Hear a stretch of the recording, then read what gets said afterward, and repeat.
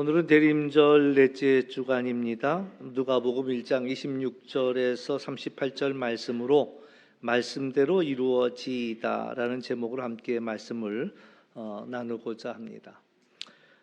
예루살렘 성전에서 분향하던 사가랴에게 나타나 엘리사벳이 아기를 낳을 것이라 알려주었던 그 가브리엘 천사가 이번에는 갈릴리 나사렛에 사는 마리아에게 찾아왔습니다.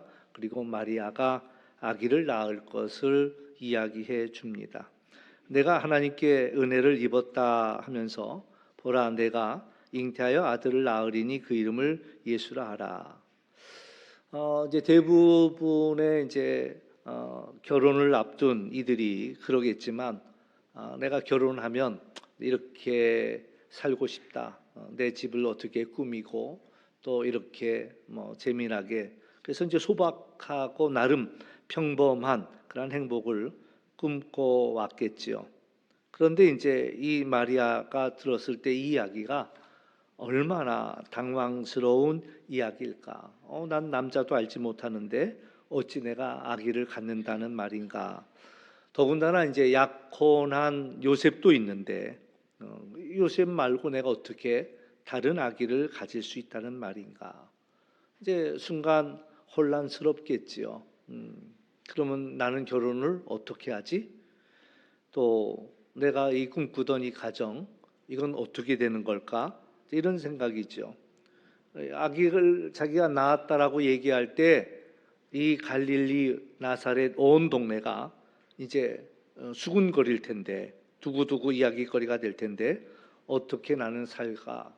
요셉에게 어떻게 이야기하지? 내가 요셉에게 설명하면 요셉이 나를 알아줄까? 이런 고민부터 시작해서 동네 사람들이 자칫하다가는요 당시에 간음한 부정한 여인은 돌에 맞아 죽을 수도 있었습니다. 목숨을 건진다 할지라도 그러나 이제 그에게는 꼬리표가 달려서 견디기 어려운 그러한 수모를 그는 겪게 될 것은 불을 보듯 분명한 일들이지요. 내게 천사가 나타났다라고 이야기할 때 누가 그 이야기를 믿어줄 것이며 또 지극히 높으신 이 아들 다윗의 왕위를 그러니까 이 양반이 제정신이 아니구나. 제가 어떤 청년을 한번 만났는데 그러더라고요. 저한테 찾아와서 얘기를 하는데 좀 이상한 것 같아. 그래서 도대체 누구냐 당신은? 그랬더니 하는 얘기가 나는 하나님의 아들이다 이러더라고 저한테. 그러니 이제 제가 어서 오시옵소서 하고 무릎 꿇을 줄 알았나? 그러니까 이제 똑같은 상황이죠. 마리아가 천사가 나타났는데 나에게 이런 하나님의 아들을 주신다? 이건 입에 담을 수 없는 이야기지요. 이제 마리아가 생각해도 이거 범상치 않은 일이 내게 일어났다. 이 천사의 말대로 내가 살아갈 수 있을까? 이제 이 평범한 삶은 포기해야 아마 가능하지 않을까. 근데 은혜를 입었다고 평안하라고 어찌 그게 가능하겠냐 말이죠. 오늘 본문을 다시 한번 살펴보면 천사가 마리아에게 뭐라고 얘기했냐면 은혜를 받은 자여 평안할지어다 주께서 너와 함께 하시도다 이렇게. 그러니까 이제 마리아가 그러죠. 아니 왜 내게 이런 인사를 하는 것인가? 얼른 이해가 되지 않았습니다. 그러니까 천사가 또 한마디 말을 입을 떼는 것이 무서워하지 마라. 내가 하나님께 은혜를 입었다. 내가 잉태하여 아들을 낳을 것이고 이름을 예수라 하라. 기가 막힌 얘기 아니겠어요? 엄청난 이야기지요. 그러면서 또 이어지는 이야기는 그가 큰 자가 되고 지극히 높으신 이의 아들이라 일컬어질 것이고 하나님께서는 그에게 그 조상 다윗의 왕위를 그에게 줄 것이다. 영원히 야곱의 집의 왕으로 다스릴 것이고 그 나라가 무궁하리라. 근데 이제 사실 이 마리아의 머릿속에는 그 얘기는 둘째치고라도 아니 내가 어떻게 아기를 낳아? 남자를 알지를 못하는데 내가 어떻게 아기를 낳아? 어찌 일이 있을 수 있겠는가? 라는 질문을 던지지요. 우리도 이해가 안 되는 부분입니다. 신앙생활하면서 몇 가지가 걸리는 부분들이 있는데 이 부분이 좀 걸리지요. 우리도 걸리는데 마리아도 당연히 이해하기 어려운 일인 건 틀림이 없습니다. 근데 이제 천사가 하는 말이 그렇습니다. 성령이 내게 임하고 지극히 높으신 이의 능력이 너를 덮을 것이다. 그러므로 나실 바 거룩한 이는 하나님의 아들이라 일컬어지리라. 그러면서 이제 한 증거로 내 친족 엘리사벳이 늙어서 아기를 가졌다라는 이야기를 해주죠. 원래 다 알듯이 본래는 임신하지 못하는 이인데 이미 임신한 지가 6달이 되었다라는 거예요. 그러면서 이제 해주는 이야기는 하나님의 모든 말씀은 능하지 못하심이 없다라는 이야기죠. 근데 이제 마리아가 이 말에 한 대답은 그렇습니다. 주의 여종이오니 말씀대로 내게 이루어지이다. 그러니까 믿음이 뭘까라고 할 때 믿음이란 하나님의 말씀이 그 하나님의 말씀을 우리가 받아들이는 겁니다. 이해가 안 되지요. 납득이 안 되지요. 그런데 이 마리아는 주의 여종이오니 말씀대로 내게 이루어지이다라고 대답할 수밖에 없었다라는 거예요. 이제 말씀대로 내게 이루어지이다라고 대답한 이유는 내가 그렇게 하겠습니다라고 대답한 거 아닙니다. 또 그렇게 못하겠습니다라고 대답한 것도 아니에요. 가만히 마리아가 생각할 때 그건 자기가 할 수 있는 일이 아니라는 거죠. 그런데 이제 천사가 하는 말이 엘리사벳도 아기를 갖지 못하는 여자인데 이미 아기를 가진 지 6달이 되었다라는 이야기를 들으며 천사가 하는 말이 하나님의 모든 말씀은 능하지 못하심이 없다라는 말을 들으면서 그가 할 수 있는 최선의 고백은 하나님의 말씀이 그렇다면 그 말씀대로 이루어지기를 원합니다. 이루어질 것입니다 라고 고백하는 거예요. 이루어지기 원합니다도 아니야. 이루어질 것입니다 라는 고백을 하고 있는 거죠. 그러니까 결국 마리아의 고백은 하나님이 하신다, 하나님이 하실 것입니다 라는 그런 고백이 있죠. 그러면서 나는 주의 여종입니다 라는 고백을 하죠. 종은 주인이 시키는 대로 하는 자가 종입니다. 그러니까 엄격하게 말하면 시키는 대로 해야 되는 거예요. 내 생각에는 너의 생각을 물은 게 아니야. 해라 라고 이야기하면 주인의 말에 토를 달지 말고 그리고 주인의 말에 자기 생각을 이야기할 것이 아니라 그대로 하는 자가 종이라는 거죠. 그러니까 자기 생각을 이야기한다면 종이 아닌 거죠. 그러니까 마리아는 그렇게 이야기합니다. 나는 주의 종입니다. 저 말씀대로 내게 이루어지이다라고 고백하는 겁니다. 그러니까 오늘 이야기를 정리하면 그렇습니다. 천사가 마리아를 찾아왔고 하나님이 하시려는 일을 알려주었습니다. 그러니까 마리아는 이해할 수 없는 일이에요. 천사가 돌아간 다음에도 도대체 나를 통해서 뭘 하시겠다는 건가 이해가 안 됐을 것입니다.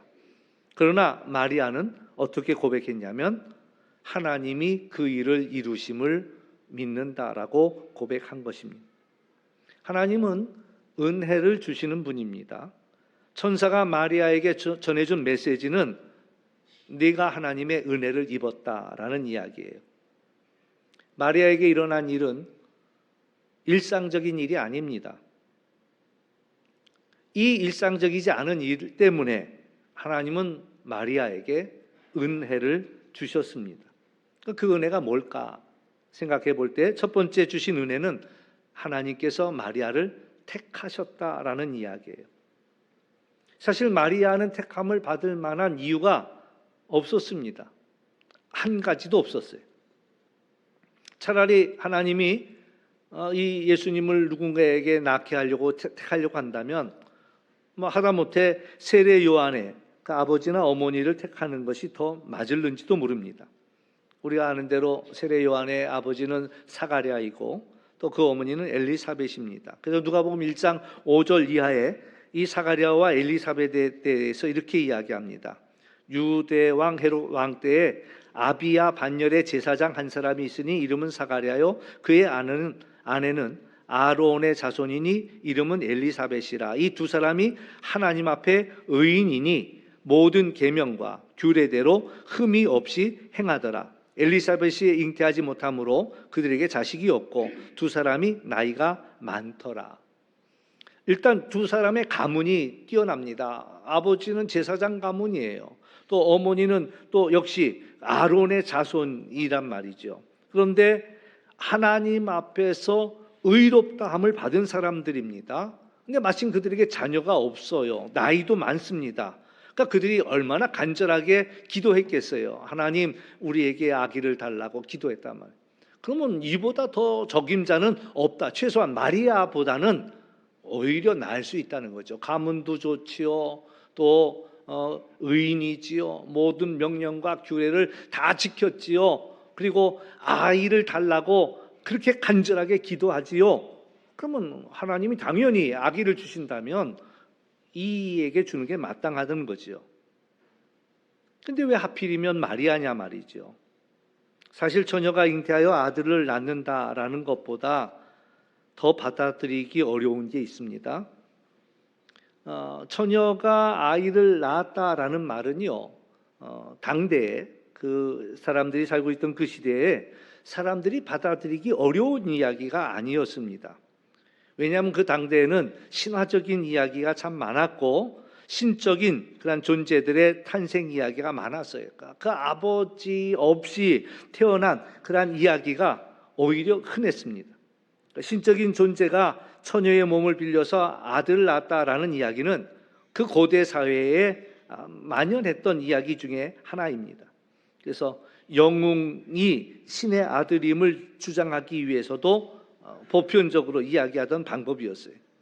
그런데 이제 당대 사람들이 받아들이기 어려웠던 건요, 마리아의 비천함입니다. 더없이 높으신 분의 아들이고 다윗의 왕위를 지니니까 어떻게 나사렛에서 그 비천한 여인에게서 그 배에 잉태될 수 있다라는 말, 이건 굉장히 당황스러운 거예요. 그러니 하나님이 우리를 택했다라는 것 자체가 은혜라는 이야기지요. 우리를 택할 이유가 없어요. 우리보다 더 나은 그런 스펙을 가진 이들은 얼마든지 있습니다. 그런데 왜 하나님은 우리를 택하시고 우리를 부르시고 우리를 사랑하시고 하나님이 마리아를 택했다라는 것, 그것이 바로 은혜라는 이야기죠. 예수님을 믿고 따르는 일은 쉽지만은 않습니다. 그랬다면 벌써 모든 사람들이 다 믿었겠지요. 그런데 많은 사람들이 믿지 못하잖아요. 아무리 이야기해줘도 아무리 잘해줘도 그걸 못 믿어요. 그러니까 하나님이 우리를 택하셨다는 것 자체가 은혜라는 사실입니다. 저도 압니다. 제가 우리 동성교회에 있으니까 사랑받지요. 밖에 나가면 아무것도 아니거든요. 임금님이 늘 나귀를 타고 행차를 했는데 보니까 나귀가 돌아다니다 보니까 모든 사람이 자기 앞에 다 절을 해. 그러니까 이 나귀가 그러는 거야. 이 모든 사람이 나한테 다 절을 하는데 내가 나귀 노릇하게 생겼냐고. 그러니까 임금님을 패대기 치고 나간. 그러니까 자기 본분을 놓친 거죠.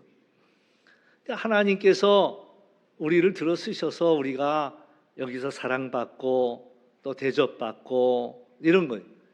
그런데 자기가 뭐 대단한 줄 알고 뛰쳐나가는 그 순간이 이제 뭐 세상 말로 맨 땅에 헤딩하는 거지 뭐.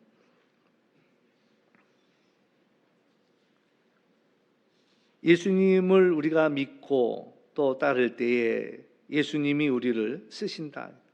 하나님이 마리아를 택했으니 그것이 은혜를 받은 분명한 증거라는 이야기죠. 또 마리아가 은혜를 입었다라는 두 번째는 믿음의 은혜를 받았습니다. 엄청난 이야기를 들었잖아요.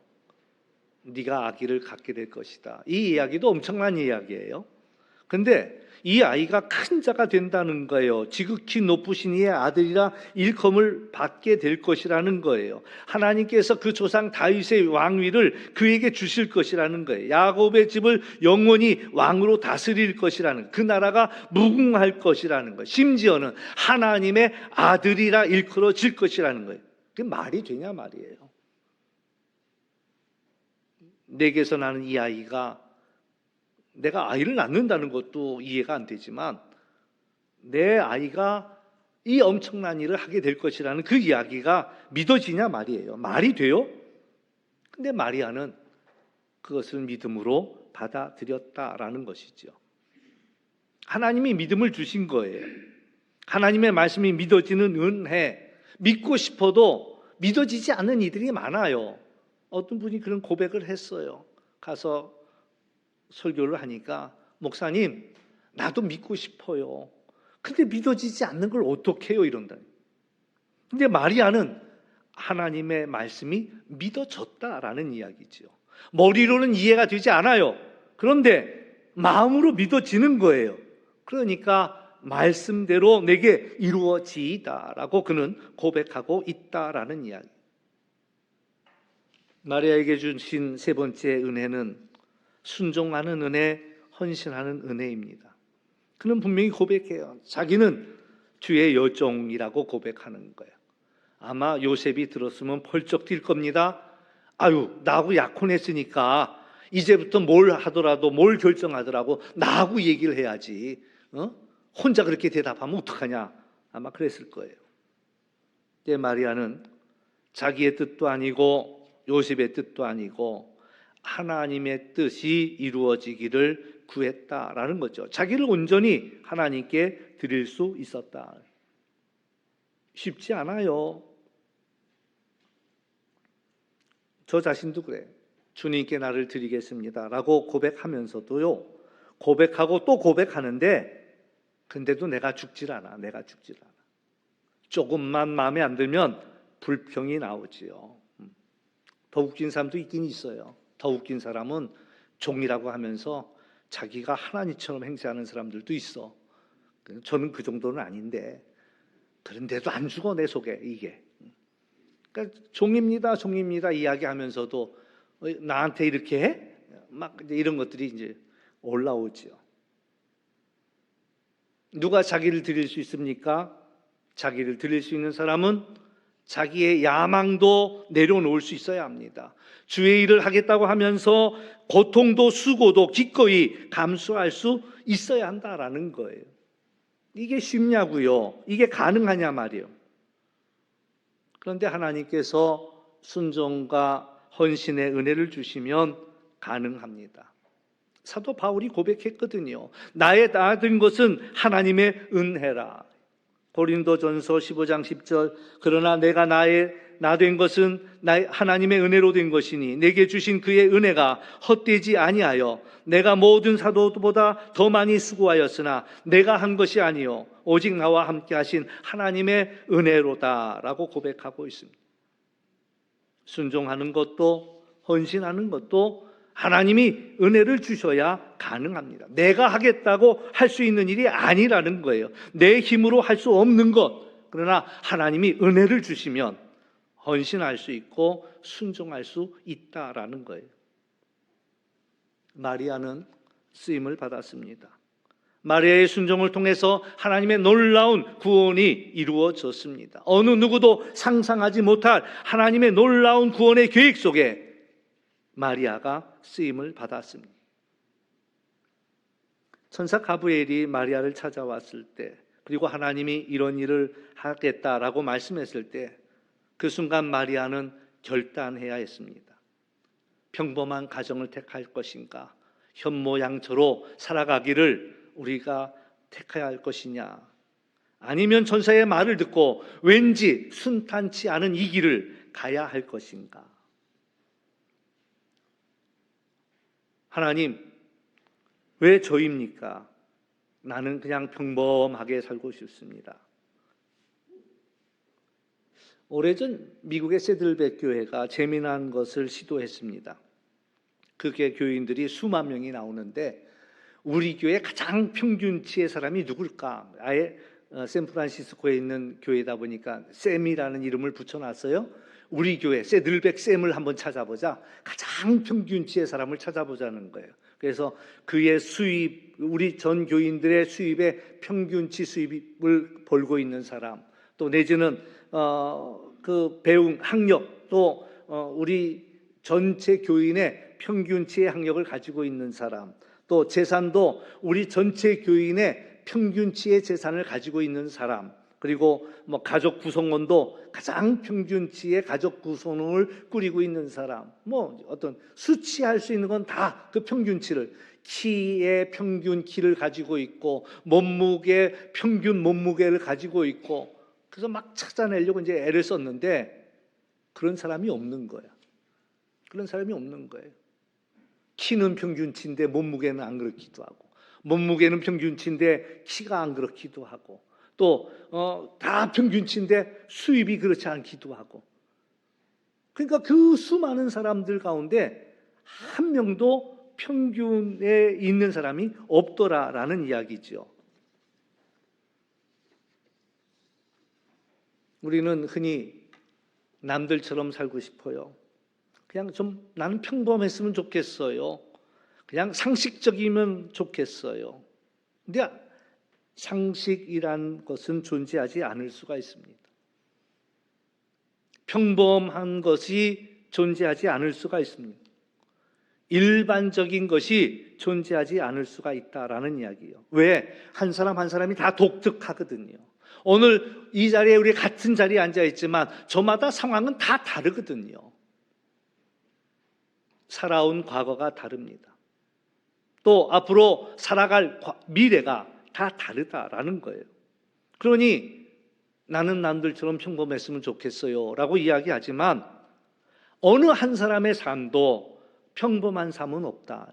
다 독특한 일들이 있지요.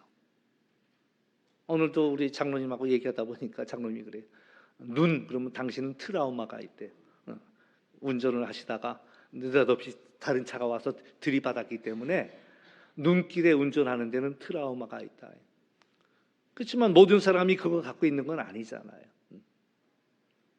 그러니까 다 괜찮은데 이 문제 때문에 나는 정말 고통스럽고 죽을 것 같고, 이런 문제들을 또 안고 있는 이들이 있고, 남들은 가족이 없던 이들은 가족이 생겨서 막 좋아하기도 하고, 어떤 이는 가족 때문에 시달려가지고 가족이 버겁기도 하고, 그러니까 다 평범한 것처럼 보이지만 저마다 상처와 아픔과 문제를 끌어안고 있다라는 그런 이야기죠. 마리아를 방문했던 이 가브리엘은 오늘도 기쁜 소식을 가지고 우리를 찾아옵니다. 마리아에게 있어서 천사가 전해준 소식은 단순히 기쁜 소식만은 아니었습니다. 우리에게 주시는 그러한 하나님의 그 메시지도 우리가 은혜가 없다면 감당할 수 없는 이야기가 될 수 있다라는 거죠. 그런데 마리아는 믿음으로 응답했습니다. 믿는 거예요. 믿음이란 하나님이 이 모든 일을 이루실 것이다 라는 것을 믿는 것이 바로 믿음입니다. 그러니까 중요한 것은 우리가 하나님의 은혜를 덧입고 응답하는 거죠. 그럴 때, 응답할 때 그것이 기쁜 소식이 되고 놀라운 일이 된다라는 얘기입니다. 대림절 네 번째 주를 맞이하는 우리는 마리아처럼 주님의 말씀이 내게 이루어지기를 기다리는 그런 절기가 되시기를 주의 이름으로 축원합니다. 기도하겠습니다. 참 좋으신 아버지 하나님, 감사합니다. 마리아에게 찾아온 천사의 이야기는 결코 쉬운 얘기만은 아니었습니다. 은혜를 입어야지만이 감당할 수 있는 이야기고, 머리로는 이해가 되지 않았지만 그러나 하나님의 말씀이 이루어지는 그러한 믿음이 요구되는 일이었습니다. 오늘 우리를 통해서 하나님 하시고자 하는 일들도 우리가 단순히 남들처럼 평범하게 살기를 원하는 우리들에게 또한 돌을 던지는 것 같은, 파도를 일으키고 풍랑을 일으키는 것 같은 그러한 말씀입니다. 다만 우리에게 은혜를 주시어서 믿음으로 우리가 받을 수 있는 은혜를 허락하여 주옵시고, 오늘 이 시대에 하나님의 부르심 앞에 응답할 수 있는 그러한 결단을, 마리아가 가졌던 그 결단을 우리들에게도 허락하여 주옵소서. 감사하며 예수님의 이름으로 기도하옵나이다. 아멘.